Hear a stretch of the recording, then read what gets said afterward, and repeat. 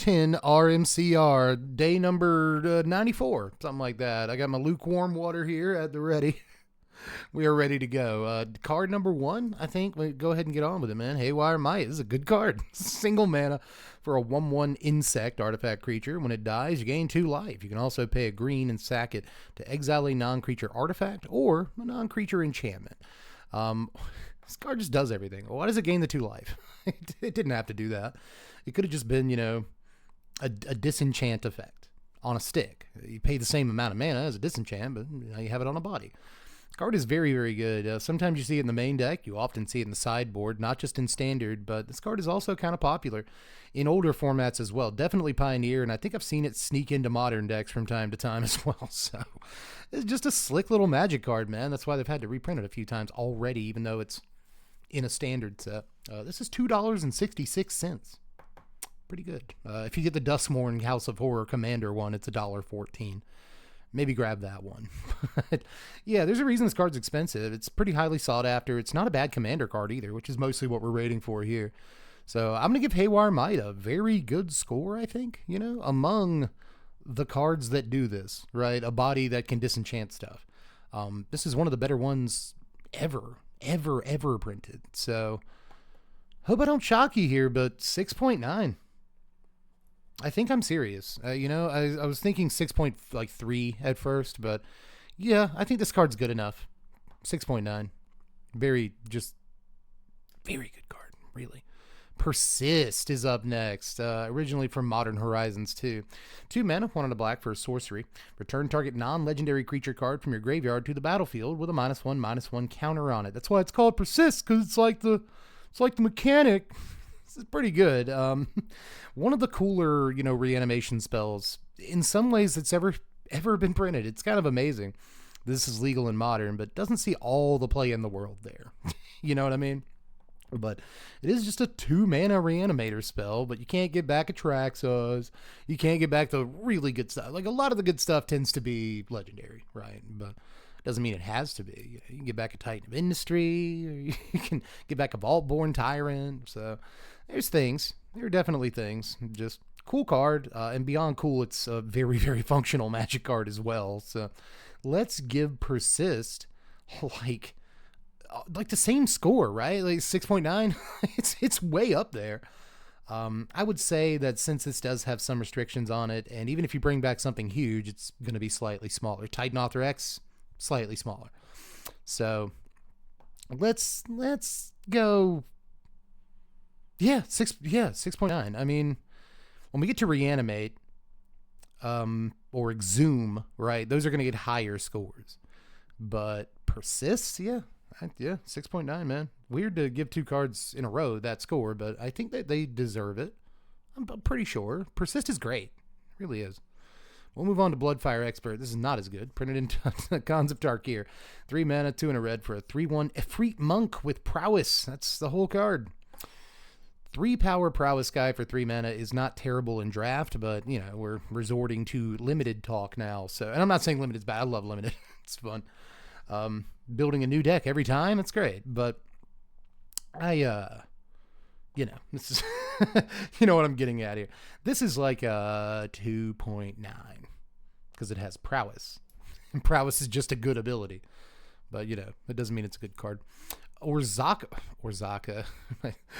That's my Saffron Olive impression on accident there. Orazka Raptor here. He's always said Orzaka. I'm not like bagging on Seth. He literally always says Orzaka. I think it's a meme at this point. But Raptor over here is just 4 mana, 3 and 2 red for a 3/4 dinosaur. That's it. That's all the card does. Only ever printed in Rivals of Ixalan. It's, I guess, better than a Hill Giant, but even then, not strictly better because it's harder to cast, right? It costs 2 red mana. Good creature type? I don't know. It's terrible, right? Let's throw a 2 on this because, I don't know, 3/4. But Chromatic Sphere's up next. This is a fine card. 1 mana for an artifact. Let's go back to Invasion. Let's go back to that beautiful border. 1 mana for an artifact. Pay 1, tap it, sack it. Add a mana of any color to your mana pool. And here comes the cool part. Draw a card. Insane. This used to be one of the better ways to draw a card in all of Magic. I think we've progressed beyond that at this point. But Really integral to the eggs deck in a lot of ways. Any version of eggs, but especially the earlier versions. Any deck that's looking to just drop like artifacts into play and then drop them into its yard, right? Excellent, excellent card, man. And it also does help fix your mana in a number of like 4 and 5 color decks that it's been important in the past. So this card's done a lot in its history in Magic. It hasn't been printed that often when you really look at it, and it's even holding some value at this point, mostly because it's very good, and you still see it in Commander decks from time to time. So I'm going to give it in store championships too. That's how sought after. That's how they know this card's good. I've never seen this art, by the way. It's cool. But let's give Chromatic Sphere a 6.9. No, we're not going to do that. This is like a 5.9 though. It really is. Cantripping is wonderful, and you want to do that. So let's move on to, it's Urza, Chief Artificer from Brothers War Commander. I have this guy because I have the Brothers War Commander set. Brittany got it for me for Christmas one year. She's a great wife. This is 6 mana, 3 in Esper colors, white, blue, black, for a 4/5 legendary Human Artificer affinity for artifact creatures. So it costs 1 less to cast for each artifact dude you control. Artifact creatures you control have menace at the beginning of your end step. Create a 0/0 colorless artifact creature or construct artifact creature token with. This creature gets +1/+1 for each artifact you control. That's what constructs do. So 6 mana is a bit much for this, but it's still a really fun commander. This is one that I've actually played with a bunch of times because, you know, like I said, I've got this set. So I played with both Urza and Mishra a good number of times, and she's been on the other side of the table with the other brother, you know. So this dude's cool, man. I feel like he does snowball in a really fun way, and he's great with Chromatic Spears, by the way. You know, any like 1 and 2 mana artifacts, you just start like playing artifacts, and then your constructs get huge. So really cool guy here, and any sort of effect that makes his ability trigger twice, you know, you can do a lot of cool stuff with Urza, even though I'm not usually a big fan of like 6 mana commanders because they just get blown off the table and you have to pay 8, and you have to pay 10, you have to pay 12, and then the game's over. This guy is one of the few like 6 mana commanders that I actually, you know, really, really like, and often he's not going to cost you all that mana because you got a couple of artifact bros out or whatever.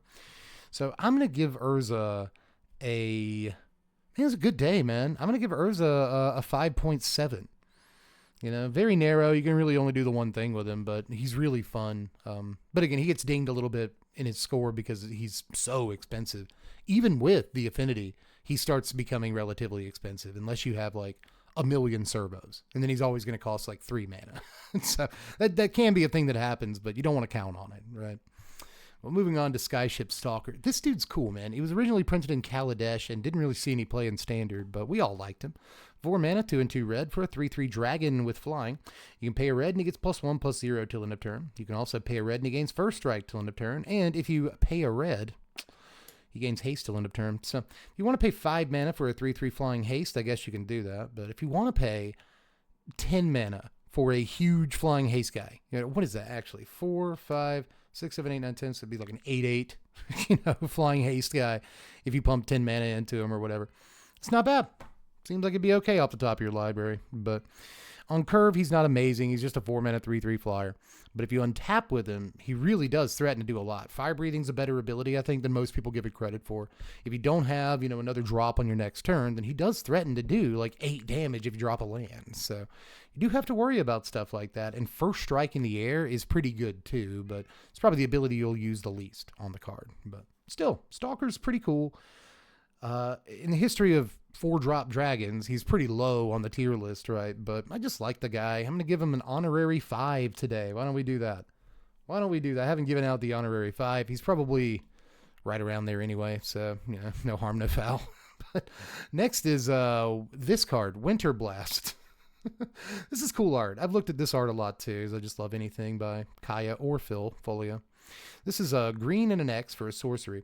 X target creatures become tapped. Winter Blast does 2 damage to each target creature that has flying. So it's pretty bad. I guess you can tap down all your opponent's dudes and get through for a bunch of combat damage, which is how we used to use the card, but it's still not good by today's standards. The best thing about it is the art, which will probably always be true. So I'm just going to give this. I didn't even realize this was in 5th edition. I did not even know that. With the original art, too. Look at that. But Legends will always look the best. They really will. Look at that. Boom. Just look how much better the card looks. It's not just the white border. It's the different ways they changed the border entirely. But yeah, that's gorgeous. That gorgeous Magic card. But I'm just going to give it like a 3.2 because, you know, tapping down a bunch of dudes could be okay, but it is pretty situational. So we'll move on to Armory Guard here from Return to Ravnica. 4 mana. For a 2/5 that has vigilance as long as you control a gate. I think we've actually already done this guy. Even if we haven't, it gives me an excuse to go on to the next card and not count this one because, again, he's bad. But I think we've done him already. Industrial Advancement we have not seen yet. This is from New Capenna Commander, and this is my first time laying eyes on it. 4 mana, 3 and a red for an enchantment. At the beginning of your end step, you may sacrifice a creature. If you do, look at the top X cards of your library, X being that creature's mana value. You may put a creature card from among those cards onto the battlefield. Put the rest on the bottom of your library in a random order. So you get this ability once per turn. Sacrifice a 3-drop, look at the top 3, and just throw a creature onto the table. Well, I guess if you can scry or divining top or whatever, you know, the right cards on top.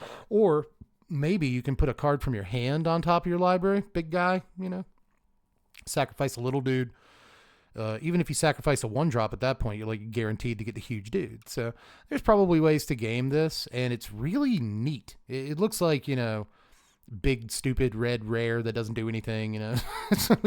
There's a bunch of those in like every single set. But this one's at least very cool. They do, even if they're not very useful, they tend to be very cool. But this does look fairly useful. If you whiff on it, you're going to feel terrible. So there's that. You can't sack tokens to it, so there's that. You know, there's a few things that matter. But, and, you know, you don't want to sack a 5-drop. Like, most of the time, you want to sack, like, a 2-drop to this. But then it's like, there better be a creature in the top. But again, what you need to be doing is gaming it to where you know there's a creature on top of your library, one way or the other. So brainstorm, put a huge dude on top, whatever.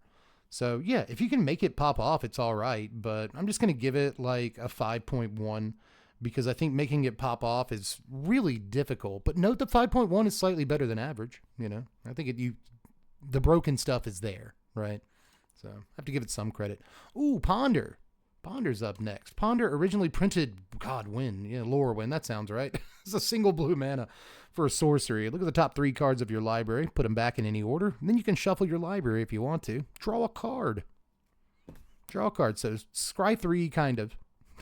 You know, draw the best card from the top 3 of your library, or if those cards are bad, just, you know, re-roll and try your luck with the top card. Very good, very, very, very good, you know, cantrip effect here.